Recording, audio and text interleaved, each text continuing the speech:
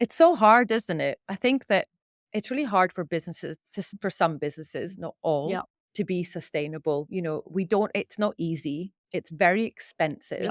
And especially with the cost of living crisis at the moment, you have businesses and even consumers having that decision. Do I do I look after my wallet or do I look after the planet? yeah, And that can lead to anxieties as well. There are some months where money's a bit tight and I have to make poor decisions just to get through the month or whatever. And that can be tricky, especially with someone who's really passionate about sustainability. And I think businesses find it hard. I think there's a lot more businesses that want to be yeah. sustainable, but I think it's just really expensive. And it's also not easy. There's a lot of greenwashing, which you'll know way more than I do. There's And where is it coming from? It's really hard to manage everything, and I think it's quite exhausting for businesses, and it puts a lot of businesses off. It should be easy. There should be, a blueprint of this is how we become sustainable.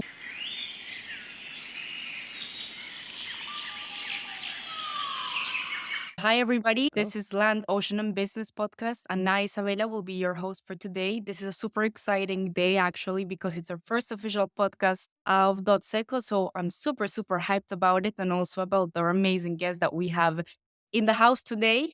Today, we will be discussing many, many different topics, but mainly we'll be talking about the loyalty and rewards industry, sustainability, and going more personal with our special guest today. I'm super happy to have Lee Marchi, an incredible professional, very much loved by our company, but also a woman who works at Perkbox, a UK-based rewards platform. So today we'll be talking about how industry is catching up with consumer needs in terms of conscious businesses, the need for L&R to integrate green practices, and the potential challenges the industry is facing when it comes to going into the sustainability wave that is super relevant now. Going back to our amazing guest, Lee is the global and partnership lead at Perkbox, and she's been working with them for quite a few years already. Her background has been all around business development, sales, and partnerships, making this conversation even juicier. I cannot wait to start. So let's get started. Lee, welcome to Land Ocean and Business Podcast. We're so happy to have you here. Hi, Isabella. Thank you so much for having me. I love dots and I love that I'm your guinea pig and your first guest. So thank you so much for having me. Of course, we're super, super happy, and I'm super happy that everything went smooth entering and everything is working out great. So, before we jump in, tell us a bit about yourself, not just about the business sphere, even though I do want to hear about that later, but also at the personal level. How did sustainability become important to you? Thank you. So, sustainability became important to me when actually I started working for a company just before the pandemic called Lifestyle. Okay. They are a gift card business and they also work in our space. So, they're the frenemies of ours. And Bill, the gentleman that works there as an investor with the business, is very eco conscious and opened my eyes to everything about travel, about fast fashion, everything. Obviously, with Greta Thunberg being out there as well and really talking more about the environment is just something that is really close to my heart. And it's quite upsetting sometimes to see lots of plastic waste everywhere and the stories you see on the news. And it's just, I have to do something. And I don't know what I can do, but I'm doing as much as I can. And working with partners like Dots is quite exciting for me. That's amazing. Yes, I fully agree with you. The sustainability struggle, which we have discussed, this is not the first time, is something very close to both of our hearts. But yeah, it's crazy to see how sustainability can have so many branches, but also everything that can be done and the role of business in there. So going back to Perkbox in particular, I'm super interested to knowing if you can tell us more about Perkbox sustainability initiatives apart from DOTS. What is Perkbox doing in terms of sustainability? Absolutely. So while we don't produce physical products here at Perkbox, we're definitely mindful of the environment. So in 2020, we removed single use gift cards in favor for our digital deliveries. That's one thing we stopped doing. Oh, that's And then in the office, yeah, that's great, isn't it? I love that we've done that. Just pure digital. You don't need a card anymore. We've set up, recycling points. We ditched single use plastic within our office. Our drinks fridge is full of cans. We have in-house events and we've repurposed all our items that we have and they're always made of paper. Our Christmas tree is made of plastic, but we've had that for years and we will have that for future years as well.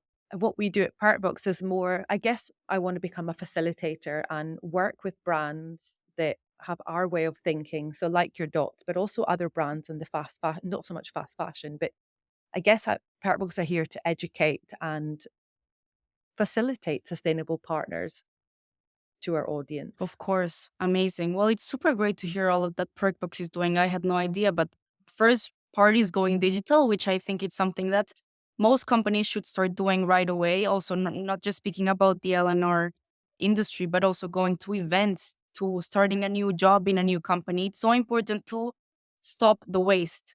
I think that's a very big step that is also quite outdated already. I do believe that companies should be doing this since already quite some time ago. So I'm super happy to hear that this is very normal for Perkbox since a few years already. I have a question for you, Lee. It's more about the industry in general and from a business perspective, because I know that you've been in the LNR industry for a while. How has integrating sustainability into Perkbox operations benefited the company, not just in terms of the bottom line results, but also in reputation? Yep, another great question. I guess because we don't offer anything per se, any sustainable changes that we've made, it hasn't really affected our bottom line, if I'm being completely honest. We've made a few changes in house, but that's really it. I think we just, how can I say this? The way that we can really highlight sustainability is becoming a facilitator and is really pushing the brand really. So it's a bit tricky with our business because we are pretty, we're digital, we're a SaaS platform. Yeah. We come in the office 1 or 2 days a week, but we've got employees all over the world working from home. Our our landlord is quite green. They have monthly meetings about that, but there's nothing really that I guess really affects our bottom line per se. It's just a bit tricky. Do you know what I mean? What I'm trying to say is Of course, no, I understand. But I also think that sustainability is something that doesn't need to generate results right away, but it's just something that every business should be slowly starting to implement, not just for the good of the planet, but also for the good of industry. And not just that, but I was reading a couple of days ago about this crazy data of the European Union and the US and all the frameworks and standards instead of transparency and carbon emissions and the pressure that there is for business. So I do feel yeah. that results take time, but there's a pressure, right? Not just from the governments, but also from consumers to start transitioning to this wave of sustainability, which can be done in so many different ways. It's so hard, isn't it? I think that it's really hard for businesses, for some businesses, not all, Yeah, to be sustainable. We don't, it's not easy. It's very yeah, expensive. And especially with the cost of living crisis at the moment, you have businesses and even consumers having that decision. Do I do I look after my wallet or do I look after the planet? yeah, And that can lead to anxieties as well. There are some months where money's a bit tight and I have to make poor decisions just to get through the month or whatever. And that can be tricky, especially with someone who's really passionate about sustainability. And I think businesses find it hard. I think there's a lot more businesses that want to be sustainable, but I think it's just really expensive. And it's also not easy. There's a lot of greenwashing, which you will know way more than I do. yes. And where is it coming from? It's really hard to manage everything, and I think it's quite exhausting for businesses, and it puts a lot of businesses off. It should be easy. There should be, a blueprint of this is how we become sustainable. Yeah, absolutely. I think the difficulty comes from the fact that this is something that we slowly saw it coming, but we humans were never educated about this, right? Like it's something that was like, okay, suddenly there is the climate crisis, everyone is doing Right. it. Slowly we're going to see instead of 4 seasons, 2 long seasons. I'm not sure if I was sharing it with you, but apparently it's only going to be long autumn and long summer, and that's all we're gonna get. And then suddenly humans need to Yeah. how we're going to learn to deal with this. And one big point that you mentioned here is how expensive it is, which is absurd going to my personal experience as a sustainable advocate. For me, going to the groceries, wanting them to be clean, wanting them to be plastic free, organic, bio. It's so hard as just one person. And this is why Yeah. the role of business here, Yeah. it's also so important. But then again, as you say, for a business, it can be so expensive, especially for startups or small and medium enterprises. I think that this is really tough because at the end, it's some big corporates that are the ones emitting the most carbon and polluting the most. So it's a matter of seeing Right. how to put more pressure on them, but also trying to take small steps as medium or large businesses. Exactly. Yeah, I completely agree with you. I think businesses need to see it as a long-term investment instead of let's fix it, be sustainable now. Take your time. How does that work out?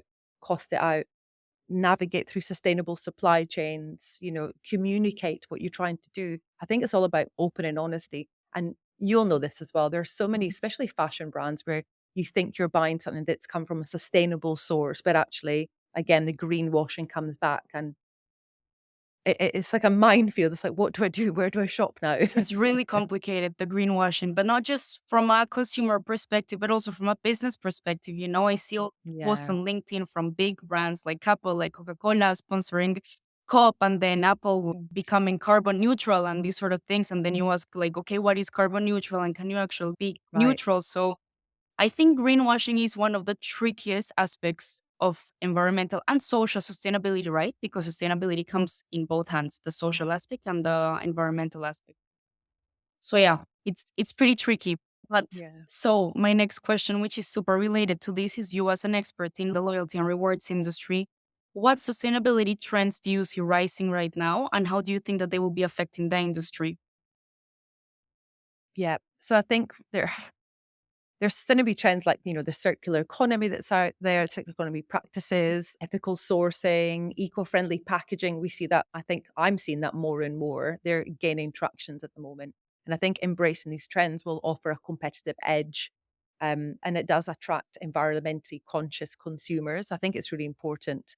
And if brands can prioritize sustainability, they can foster loyalty. So for example, I buy these jumpsuits. They're really cute. They're from a brand called Lucy and Yacht, British business. We don't partner with them. I'm not here promoting them in any way. I just love everything they do. All their products are made from organics, locally, locally sourced cottons. They will repair your stuff. If you send something back because it's just worn out, they will take that, they will recycle it, they'll give you money off your next purchase.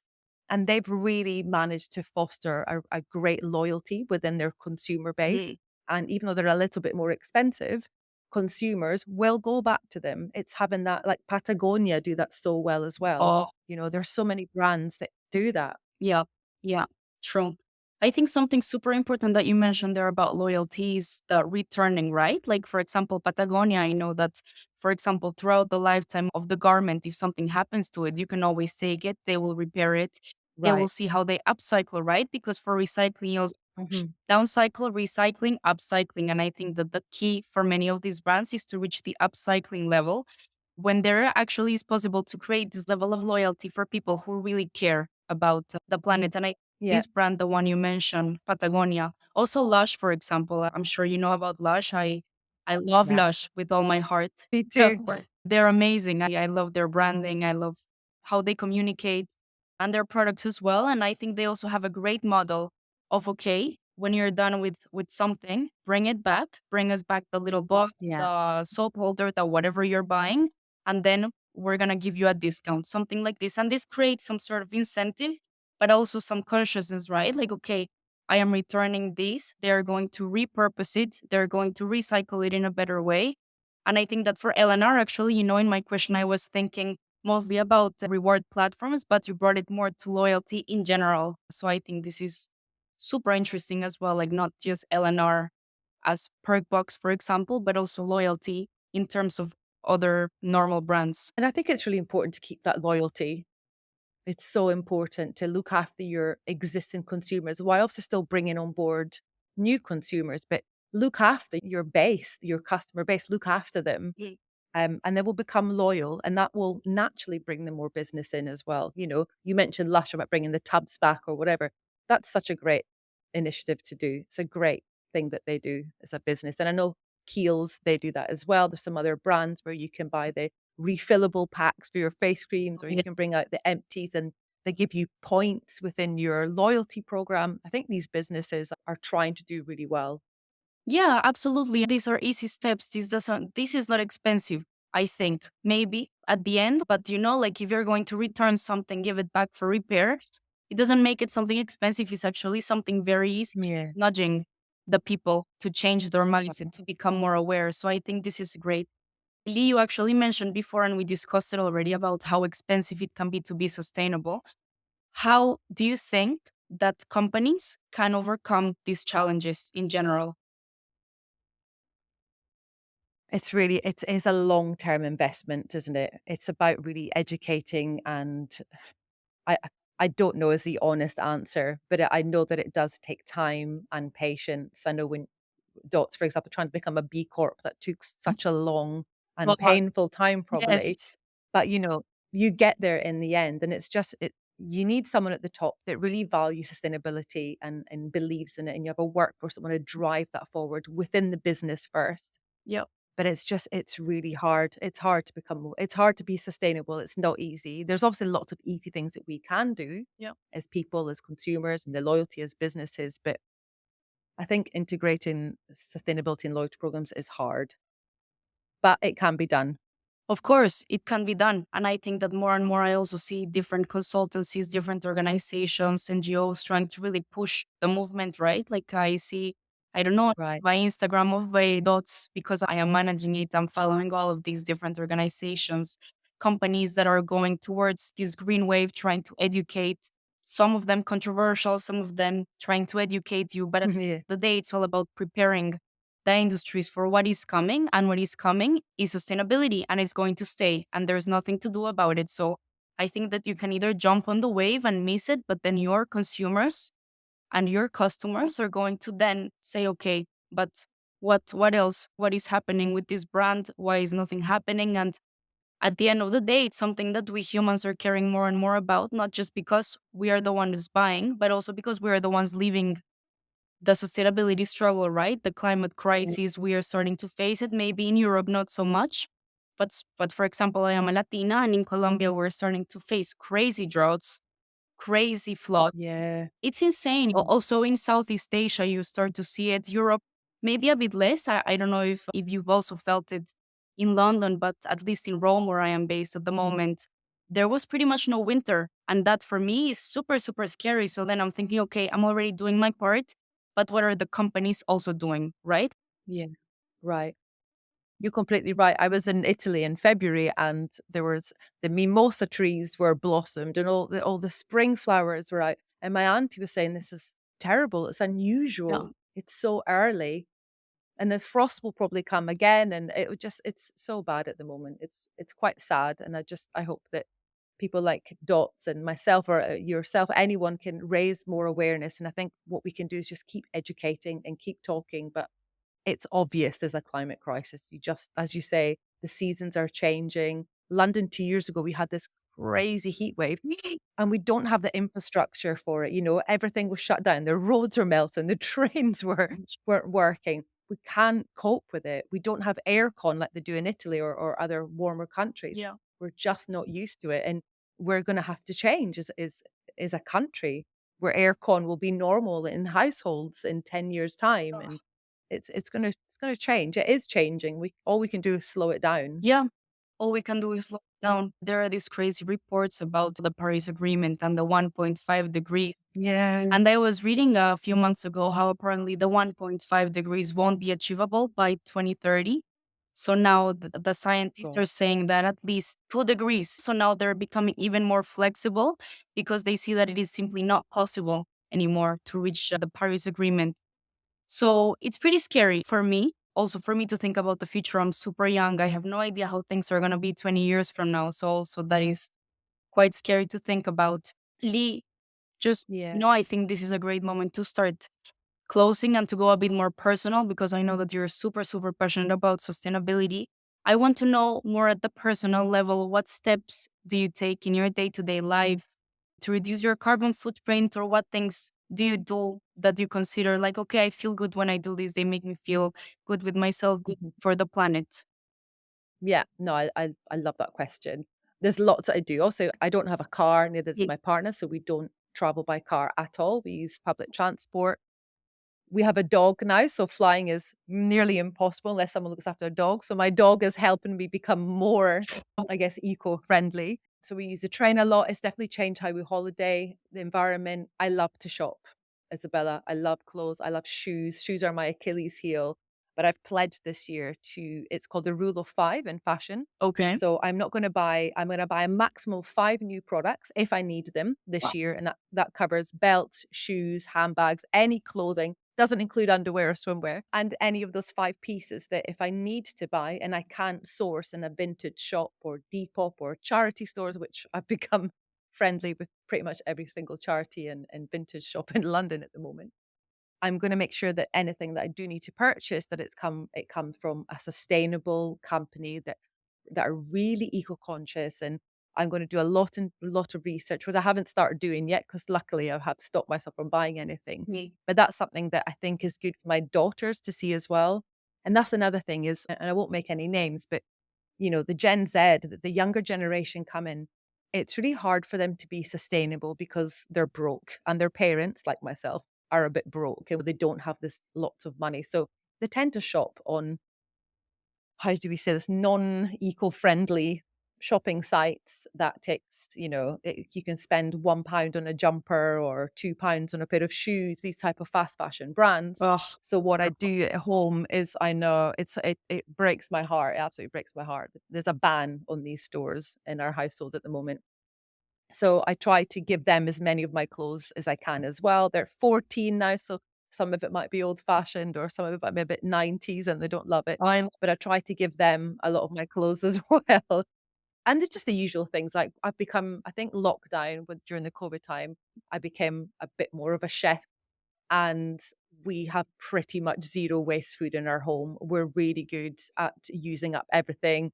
There's a lot of soups going around. We just, one pot dishes. So we're quite good. We've also lowered our meat consumption. So we used to have meat two, three times a week. Now we're down to once a week. We have more of a vegan, plant-based diet food. And instead of going to a weekly shopping, having it delivered, I have a company called Able and Cole. yeah. They're a little bit on the pricey side, but I find actually I spend the same because I'm buying what I need and it's less. It's delivered to my door. They send me things like lentils and pasta in refillable packaging. So I return that. All the food is organic and locally sourced as much as possible. So these are the things that we're trying to do in our home. It's really important to us It is. at home. I bang on about it all the time. Yeah, no, that's amazing. Such a lights off. Yes. No, but especially as a parent, I think also the dimension of it changes because your kids are going to mirror your behavior. So whatever you are doing, it's what they will Right. become as well. So I think you are doing a beautiful job with the sustainability part and with the awareness part, especially because we didn't grow up with this chip in our brains. We didn't grow up thinking about the planet. We grew up with the of Right. consumer identity, which is very much part of that Mhm. DNA. So I think it's beautiful what you're doing. And I also think at the end of the day, it's all about a balance. No one is exempted from the climate crisis. It's a very strong sentence that I read in a book a few years ago. It's possible to be a vegan, it's possible to not buy clothes, but then what if you're traveling 20 times a year, right? You know, Right. like it's really hard to be net zero as a human. So I also think it's very difficult for a company to do it. But I do think it's all about a balance and it's all having the intention Yeah. better for yourself, for your family, for future generations, and for the planet. Yeah, I think this is my take to wrap things up. Lee, how can people get connected Yeah. with you or with Perkbox if they want to know more about your company? I'm on LinkedIn, Lee Marchi at Perkbox. Come and find me. I'd love to talk to you. Any brands out there that are sustainable or just doing some cool stuff. Just I love talking to people about this. I'm not an expert in this field at all. You're my kind of go-to experts, you and your team at Dots there. But I'm here if anyone wants to catch up. Amazing. Lee, thank you so much for the session today. I'm super happy Isabella. about it. It's super great to be able to have this space to discuss with you. Thank you so much for having me. I had a great time. My Well, first podcast. How exciting. amazing. Amazing. Love it.